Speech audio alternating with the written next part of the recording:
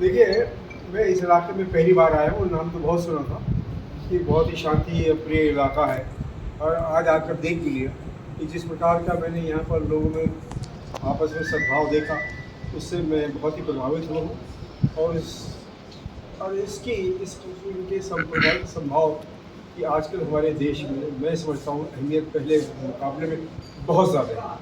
इसलिए खुशी हुई कि हिंदुस्तान में भी ऐसे लोग हैं और ऐसे खित्ते हैं और ऐसे जगह हैं जहाँ पर लोग आपस में बिना किसी भेदभाव के मिलजुल कर रहते हैं और साथ में अपने मुस्तकबिल के बारे में सोचते हैं। हालांकि ये फाउंडेशन जो है दो बड़े महान मुस्लिम नेताओं के नाम से है कि चौधरी यासीन और तैयब फाउंडेशन, लेकिन ऑडियंस की मौजूदगी, जितने लोग हाजिर थे और जो जितने प्रबंधन से जुड़े हुए थे, उसमें अधिकतर लोग जो थे गैर मुस्लिम थे, और ये बड़ी अच्छी बात है। और इस किस्म का भाईचारा जो है एक बहुत अच्छा संदेश लेकर जो है और इलाकों में भी जाएगा। जहाँ तक शिक्षा के प्रसार और उसके लोगों को प्रोत्साहित करने का प्रश्न है, मैं समझता हूँ कि इस ख़ानदान की बहुत, ये चौधरी यासीन के ख़ानदान की और उनके बेटे चौधरी तैयब हुसैन और उनके बेटे फजल हुसैन साहब, इनकी जो सेवाएं हैं और इनकी जो खदमात है, उनकी जितनी भी सराहना की जाए कम है। और इलाका अब भी मैं समझता हूँ कि हरियाणा के और क्षेत्रों की तुलना में अभी उतना तरक्की नहीं कर पाया, लेकिन हमें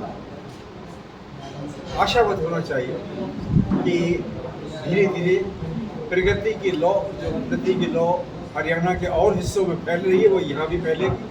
मैंने अपने भाषण में एक लड़की का जिक्र करा था।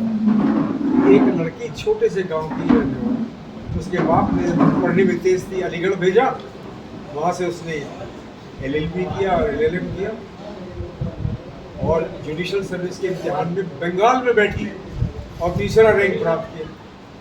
उसको हरियाणा में ज़्यादा पसंद था क्योंकि हरियाणा की रहने वाली थी।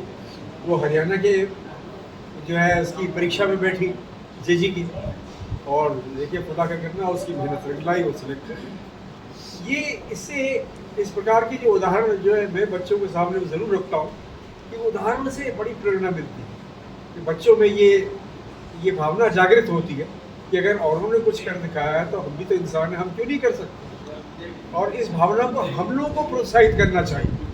तो मैं समझता हूँ कि आज मैं जो यहाँ आकर मैंने जो ये कार्यक्रम देखा और जिस लगन से चौधरी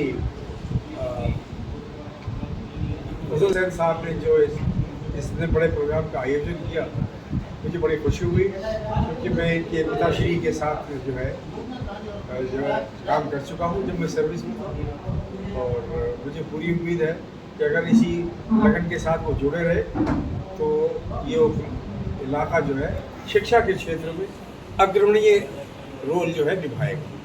अब आपसे जो पूछना चाहते हैं पूछ सकते हैं। ठीक है सर, बहुत बहुत शुक्रिया।